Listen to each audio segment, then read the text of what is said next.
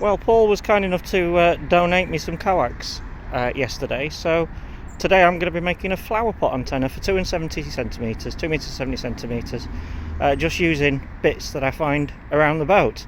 I've found a few bits. I think I've got most of the pieces I need to get on with this, so I'm going to go back in my galley and start.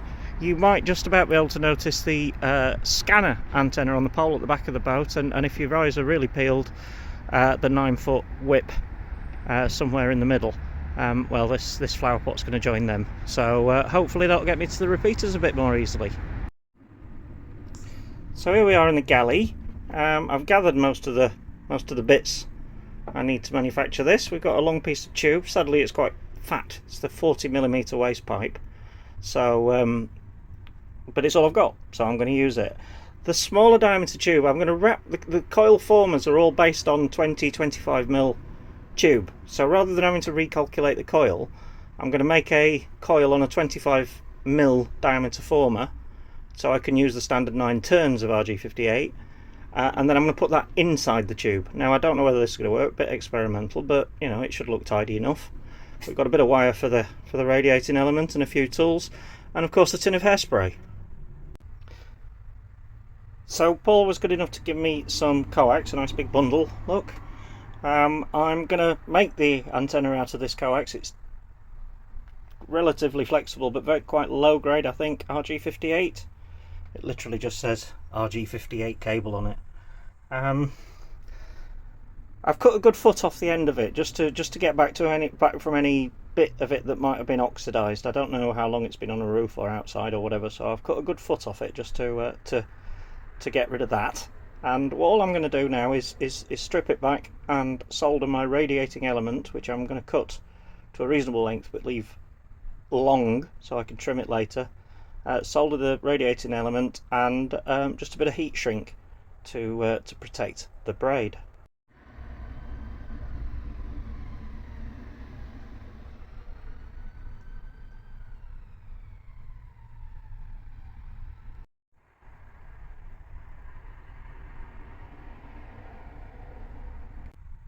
Okay, so I've scribbled down the measurements. The top element, the radiating element, needs to be 457mm, and the other end of the dipole, effectively a centre-fed dipole, is 447mm. So just a little bit shorter, but that starts the coil then. So that at exactly 447mm is where I'm going to put a 9-turn coil around this former, which is about 24mm in diameter, so pretty close to the original 25, which is the dimensions of the one that Mike did on that I'm effectively copying. I've also marked the radiating element, whether you can see the mark, at exactly 457mm, but I'm going to leave it long until it's all installed, so I've just got something to pull through. So again, I'm going to wrap around this former, this piece of pipe I'm going to use as a former, 9 turns, starting at exactly that 447mm mark. Okay, so there's a little 9-turn choke on the bottom of a smaller diameter pipe. I'm leaving the pipe quite long because I want it to go to the bottom of the big tube, so it's nice and stable in there, and as you can see, the driven element is just attached to that. So, in order to make this a dual band, 2 metre and 70 centimetres, the design of the antenna calls for a sleeve, presumably capacitively coupled, of exactly 235mm and exactly in the centre of the dipole. There's 235mm of copper pipe, which will be positioned bang in the centre of our coax dipole and then fed into the tube. Now, I don't know whether this is going to work. It is a bit of an experiment, but you know, we'll give it a go. Okay, so I have marked the 117.5mm mark there, which should put the sleeve bang on centre. I've also marked where the screen ends in the coax, so I've got some reference, and I've drilled a very small hole in the tube so I can just make sure everything's lined up. I'm now going to position the tube and tape it into position. and then the whole lot can be fed into the outside case tube. A little bit of a change of mind. What I've decided to do is just wrap a bit of tape around the top and the bottom of the element, just to keep it centered on the tube under a little bit of tension. I'm going to tape it in now. So here it is. Antenna, obviously, element still to be cut, which I'm going to do after I've put it in the case, just to make the wire a little easier to get through. All the way down to the hopefully 70cm element, which is got the driven element and the other side of the dipole, the ground side, held in the centre and under a little tension, but obviously only the tension the tape will give it. And then we go down to the bottom of the 2 metre section of the dipole and onto the coil which traps it. I've, as I said, left a bit of length on that just because I want it to go down to the bottom of the outside tube.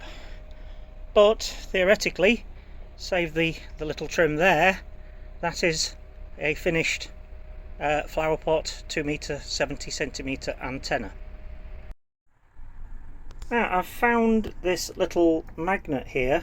It's a rare earth magnet. Now obviously it's only very small, and it's not going to be like a mag mount on a CB aerial or a BAM aerial where you could drive along with it. But I'm kind of hoping it'll keep it in place reasonably well, as long as the wind's not too strong, and if it does blow over, then we'll have to think of an alternative. My plan is, it fits nicely in the end of the tube, as you can see.